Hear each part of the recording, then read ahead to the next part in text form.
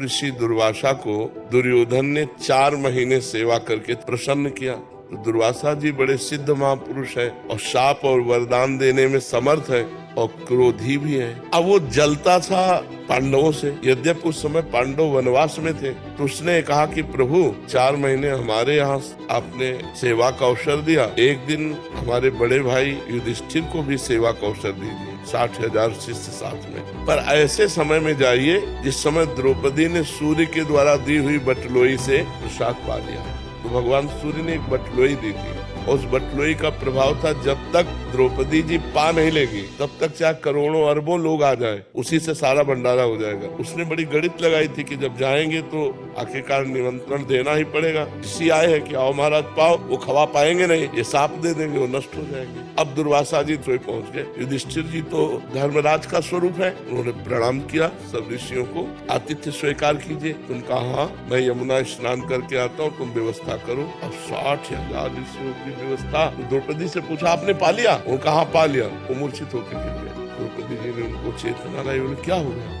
उनका 60,000 ऋषि और ऐसे ऋषि, दूसरा हो तो क्षमा भी कर दे, दुर्वासा जी तो क्षमा करने वाले नहीं। तो उनका एक सूर्य के द्वारा दी हुई बटलोई पर आपको इतना विश्वास था और पूरे विश्व को जो पवाता है श्री कृष्ण पर आपका विश्वास नहीं है। जे ही विनय की तो देखा हो भगवान पधार।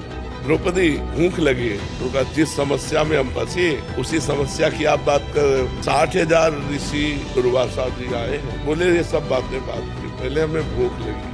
प्रभु भूख लगी है, बटलोई तो पाके रख दिया। बोले ले आओ बटलोई। भला कोई पवित्र नारी पात्र जूठा क्यों छोड़ के धो के रख दे, उसमें कुछ लगा रहे। दूसरी बात वरदान था कि द्रौपदी के पा लेने के बाद बटलोई में कुछ नहीं रहेगा और उसमें भगवान ने शीत निकाला, एक साग की पत्ती, और जे ही अपने मुख में डाला। और विश्वात्मा है ना भगवान, सबके हृदय में विराजमान। कहा जाओ बुलाओ ऋषियों को। बोले प्रभु कोई व्यवस्था नहीं। बोले जाओ तो तुम। और वहां सब यहाँ तक भर गए क्योंकि भगवान तृप्त हुए तो सब भीम बुलाने गए। दुर्वासा जी ने कहा कि हमारी तो इच्छा बिल्कुल अब एक आचमन करने की भी नहीं रह गई। शिष्यों ने कहा गुरुजी और जो आदेश करोगे पालन करेंगे, भोजन की बात मत कहना। तो उनका बेटा वरदान मांग लो लेकिन हमें भोजन के लिए मत। तो उनका जिस भावना से दुर्योधन ने आपको भेजा था वो उसी भावना को प्राप्त हो जाए।